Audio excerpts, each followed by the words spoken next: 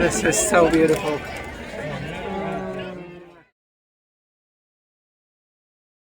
My running journey continues, and this is the video about my Boston Marathon running experience in 2025. And I just want to say that the hardest part of that marathon was not the famous Heartbreak Hill, but rather it was preparation to the marathon, the mental part of it, because of the injury. In this video, I want to cover the preparation to the race, the whole struggles of the inability to train in the full capacity, the race weekend, the race expo, and the race day and the journey from Hopkington to Boylston Street finish line. What was happening after the race and the reflections. So let's get to it. The Boston Marathon is a very special marathon, and for every runner to qualify for it, it's a huge honor. And I was very thrilled when I learned about that I was qualified after my second marathon, and the Boston Marathon itself was my marathon number 6. When you have qualification and registration, it's hard in your mind to change that if you're not completely injured that and unable to even walk. So if you are able to even walk, then you feel like you need to complete it. That's what it was for me, because it was my first time running Boston. Maybe if it was my 5th or 6th time, I would reconsider, but for the first time, I did want to have that full experience. And earning the medal of the Boston Marathon, this is a beautiful medal. It's a very, very special. The last year was a breakthrough year for me, and I was able to run 3 very fast marathons. The problem with that is because I'm a very new runner and I'm learning a lot. When you are progressing that fast, you have to really be careful about this, which I couldn't know, because sometimes until you experience that, and sometimes you cannot and you would not accept that something like an injury could happen to you. My training philosophy was training very easy and mostly easy runs. I could not believe that something like an injury would happen because of this kind of style of training. However, our bodies have certain capacity, and when you exceed it, no matter how easy you trained, that may happen to you. That's why the big lesson from here for anyone who's progressing really fast and maybe faster than they anticipated, try to slow down and try to give your body to build that strength, to be able to withstand a lot of running, a lot of volume. For me, that was a tipping point in December after the 3rd marathon, and I did not give enough time for recovery.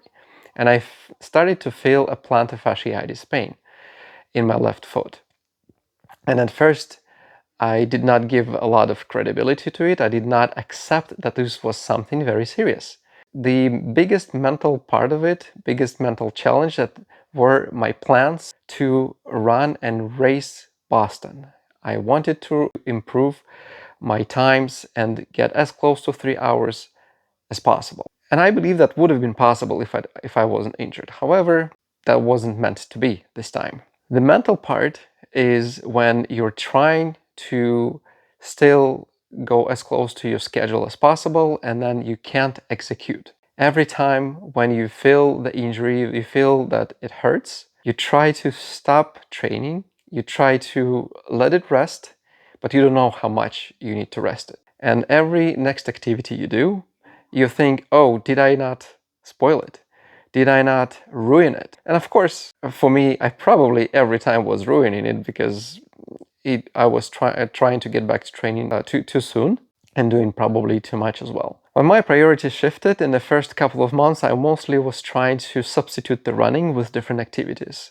I tried a lot of things like cross-country skiing, downhill skiing, which, well, downhill skiing is not really an activity that could replace endurance training. However, the cross-country skiing, that was definitely a good option, as well as I was doing rowing, stationary cycling, and I was not doing swimming then yet. So all of these things I was trying to, but I found that nothing could replace the running. It's absolutely different. I felt like I had to do a lot more work with all these other activities in order to bring my heart rate to a certain level, and maintaining that for an hour or two doing, let's say, rowing, it was way more tedious than the actual running, which is a lot more enjoyable.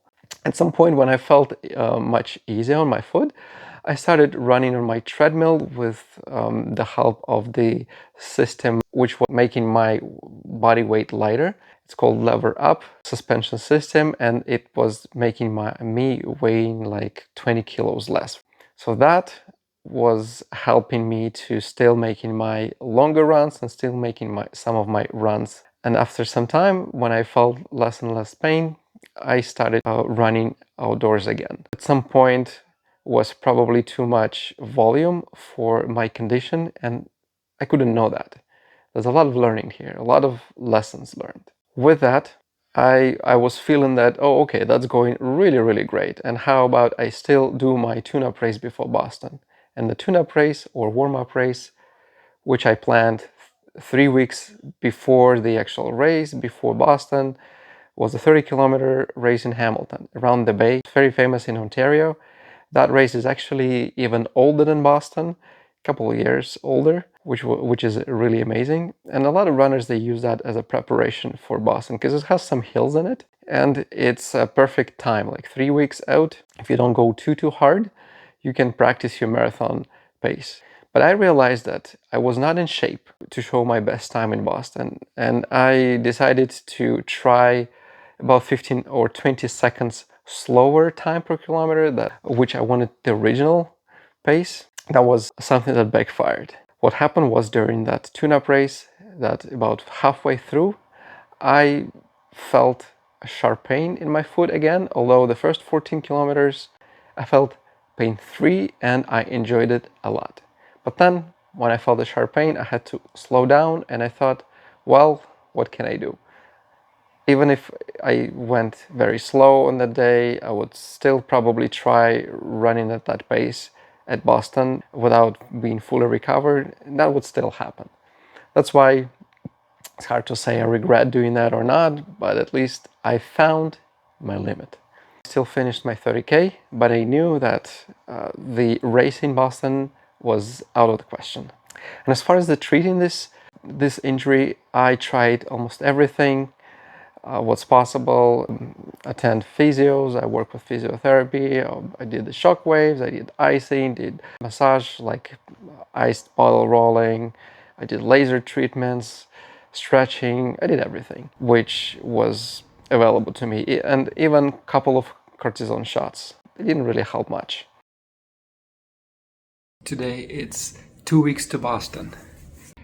I had to go and do my second cortisone shot. Now, I don't know, I have mixed feelings about if I'll be able to run, let alone, well, I want to complete for sure, but it's not gonna be a race. So it's interesting to how my foot will behave. It's been a pretty difficult period, pretty mental, but it is what it is. That's life of a runner. When you're committed and all of a sudden you can't do what you love, that's getting quite mental. I've been feeling all these 3 months where my hopes were coming and going. Every time I've been getting some improvement, I was going out for a run, and then after second or third run, I was starting feeling the soreness and the pain coming back, and that's really a difficult period. But anyways, now I don't want to get and withdraw from Boston or cancel it. Rather, I'll just wait it out. Early morning, 4 days out, going out on a track. See how it feels.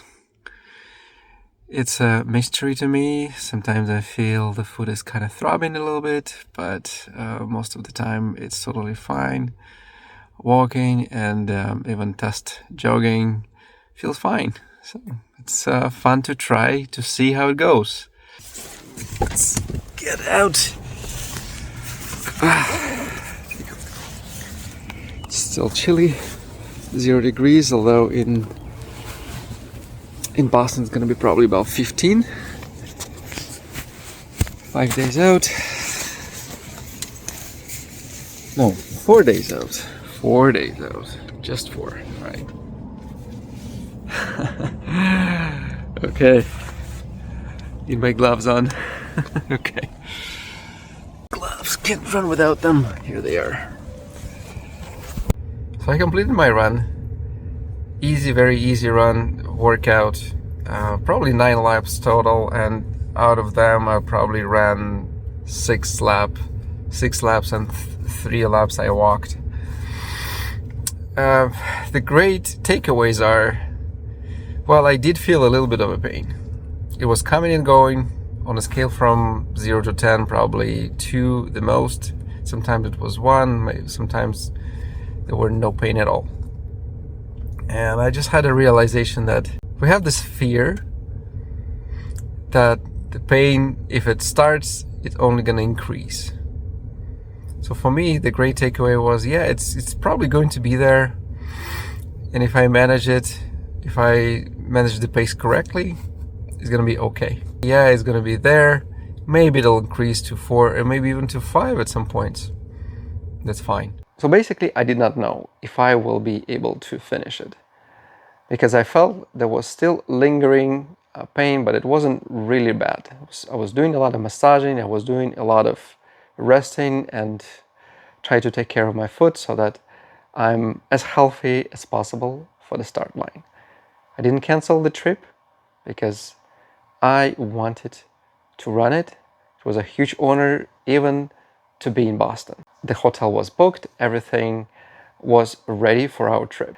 I had to change my hotel location because originally it was in downtown Boston, but because I was trying to do as little walking as possible, as little steps as possible, I decided to cancel the very, very expensive hotel and find something on the outskirts, probably about 20-30 minutes away from downtown.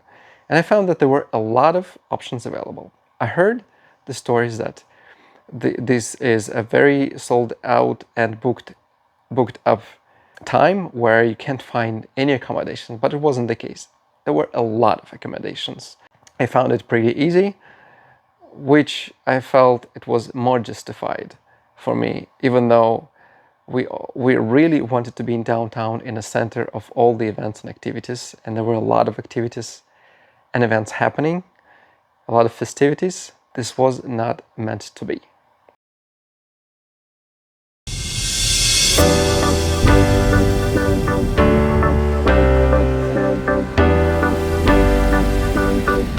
Wow, this weekend is super beautiful. We are so lucky, everything is blossoming here and it's such a warm day.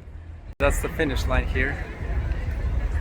And in a couple of days, I will be crossing it here. I will be promising.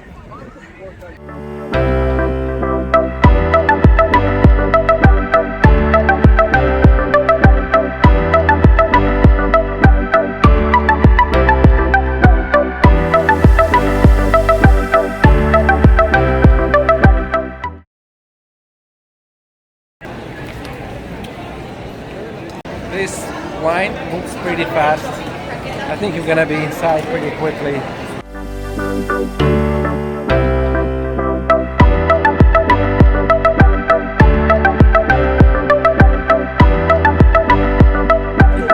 thought it's gonna be in no time, but look at this big snake. I think we in one of those famous Boston walks. It's never ending.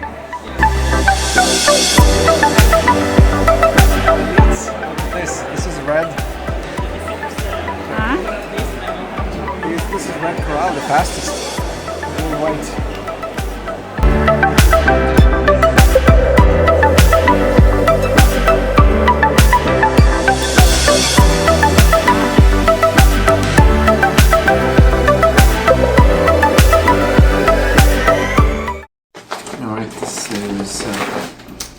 bag that we gave at the Expo. And it's not just a bag. This is the bag that you're gonna use for checking in your stuff, the gear. But I never looked inside. It was so many interesting things to do with the Expo. But let's check it out. What's inside? Of course, most important, the big number. Boston Marathon. Interesting brochure here. History. Sticker. Very nice. Sticker. Beer. And a course map. That's really important. A course map. I guess I'll use that just not to get lost. Oh, that's another sticker. Love that. What else? Look at that. Max protein milkshake. It's not helpful for me, being in a plant-based diet.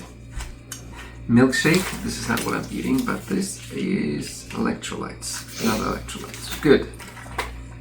This looks like holders for your bib fasteners. Very nice. Very nice bib fasteners. So you don't have to use pins. Okay. Bottle opener. Samuel Adams. 26.2 brew. Alright. Tea. Beautiful. Cliff bar. What else? That's probably for the shoes. Start area. Oh, right. This is a small bag which you could use when you load on the bus. Then you could put your own stuff in it. That's allowed to take it with you to the start line, but that has to be something that you can dispose of. It could be some food, some items that you either get rid of or you have to carry it with you while you're running, which doesn't make any sense. So that's the Goodie Bag. And this bag is very important because this is where you have to stick this part of the bib, I believe, with your name, and later on you pick it up. Okay, that's the content of the bag.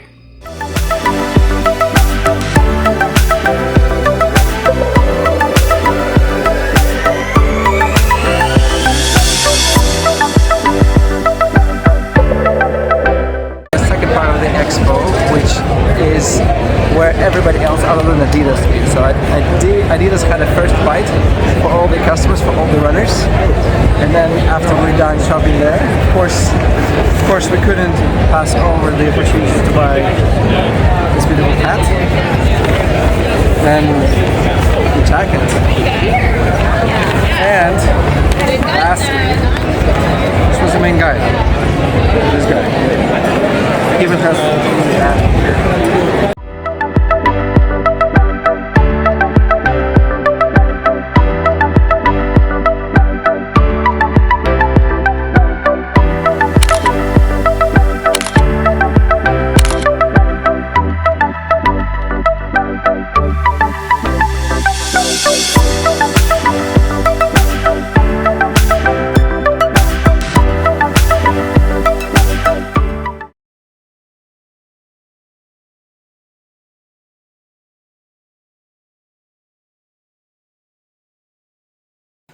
Finally, this is the day.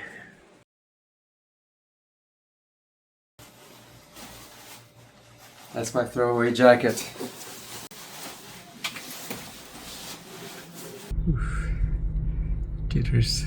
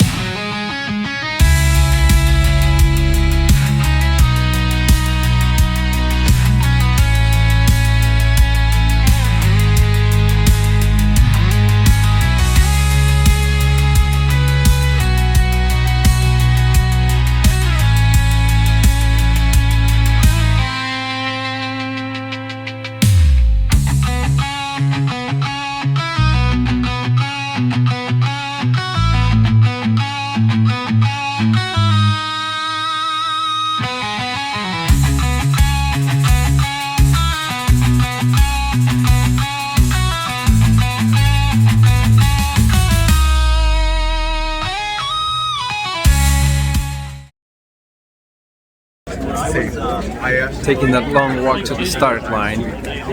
Our bus arrived so late that I didn't even have time to stand in the line to get the chance for a porta potty. So look. So is that gonna be your first star? 5 stars, 6 stars today. 6? 6 stars. Last one. Amazing. Congrats, man. Thank you. Wow. Oh my god. Good luck to you too, man. Thank you. Good luck. Bye.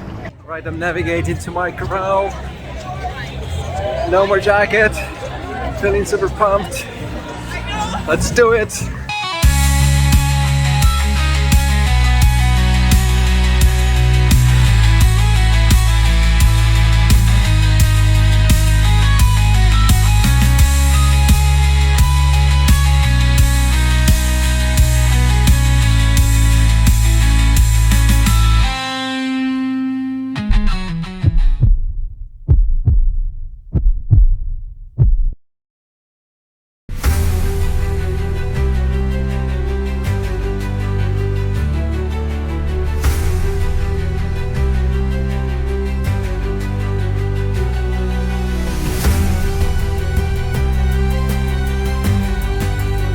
Mile 2 and 16:59.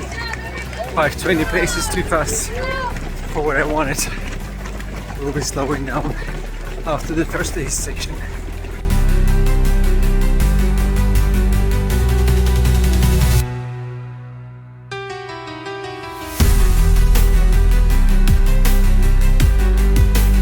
That takes almost 10k. Almost think it.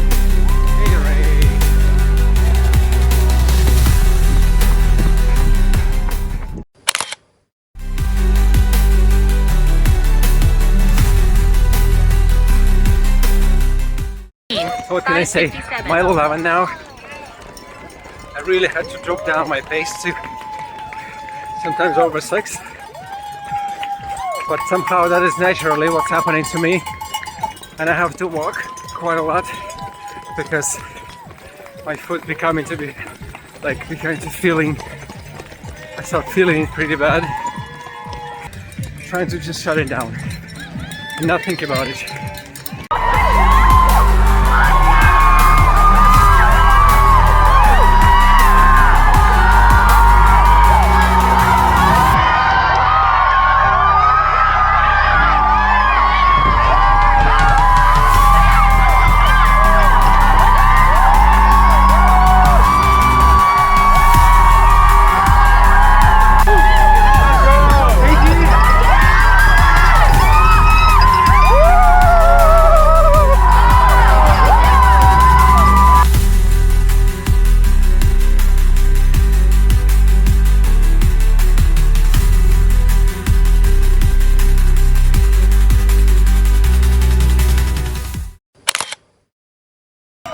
It's absolutely impossible to talk and to hear anyone. So loud. So I just had to take a painkillers and hoping it's gonna help. But crossing the halfway point, that's already a victory. So I did the half Boston already. So let's do it. Let's do the other half.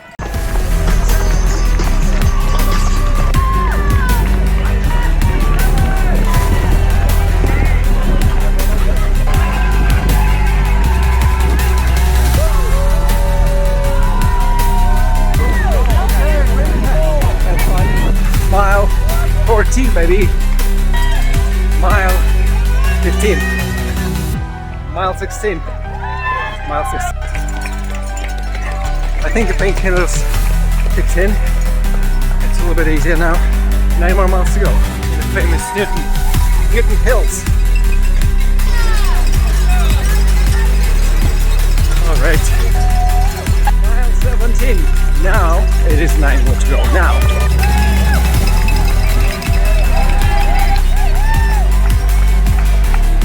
Mile 19. 7 to go. Mile 20, baby! The last biggest one. The steepest. the scariest hard break hill.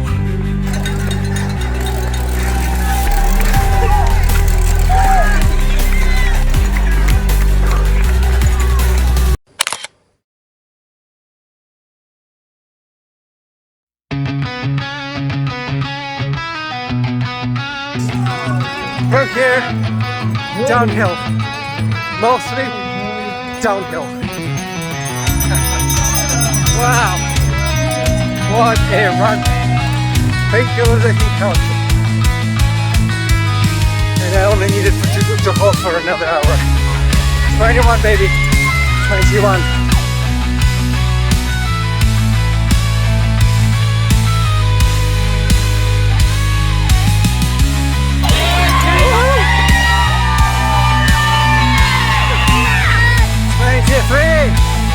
Three. Woo!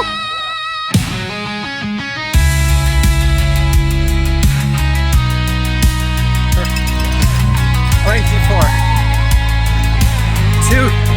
2.2 remaining.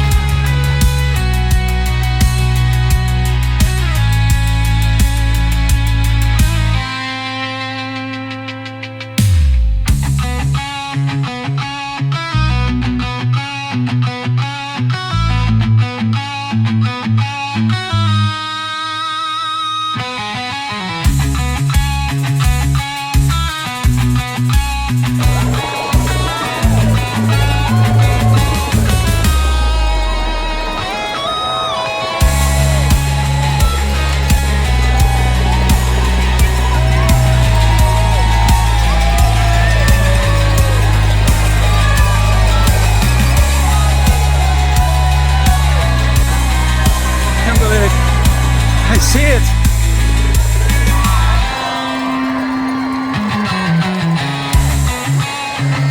Just 0.2 left. 0.2. Keep pushing.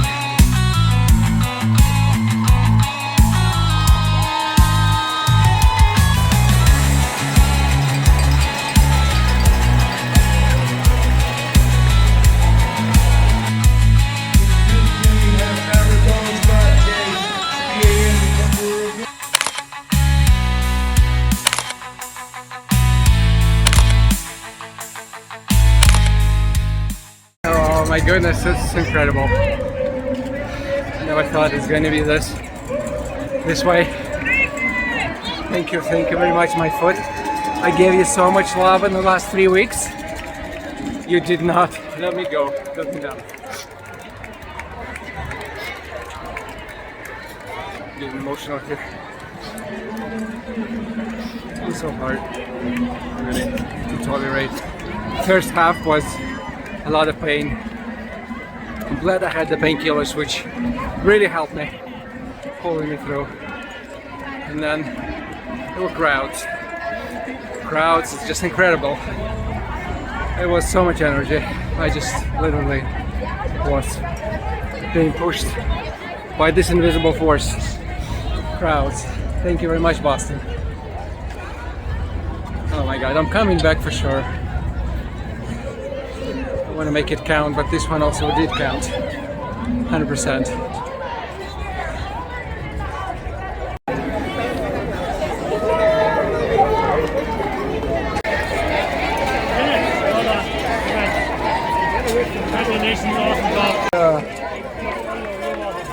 Oh my goodness. This is so beautiful.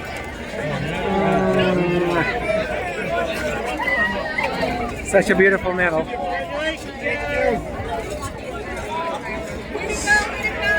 Well earned.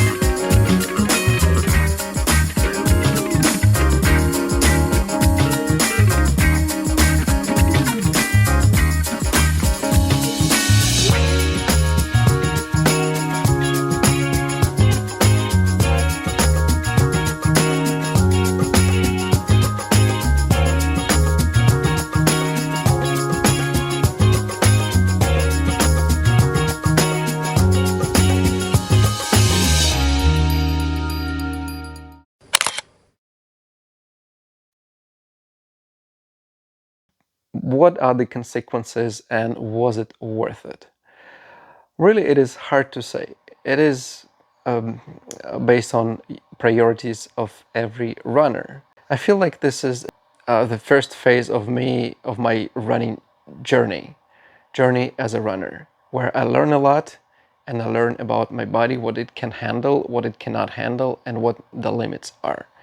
I ran 6 marathons and I managed to run 3 very fast marathons, and I managed to improve myself as a runner very, very significantly. Now it comes a time to strengthen my body, to make my body even better, to make my body even stronger. Was it worth it?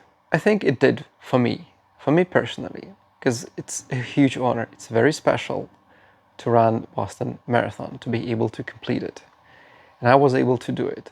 And even with the injury, 4 hours and 10 minutes, it's a very respectable time.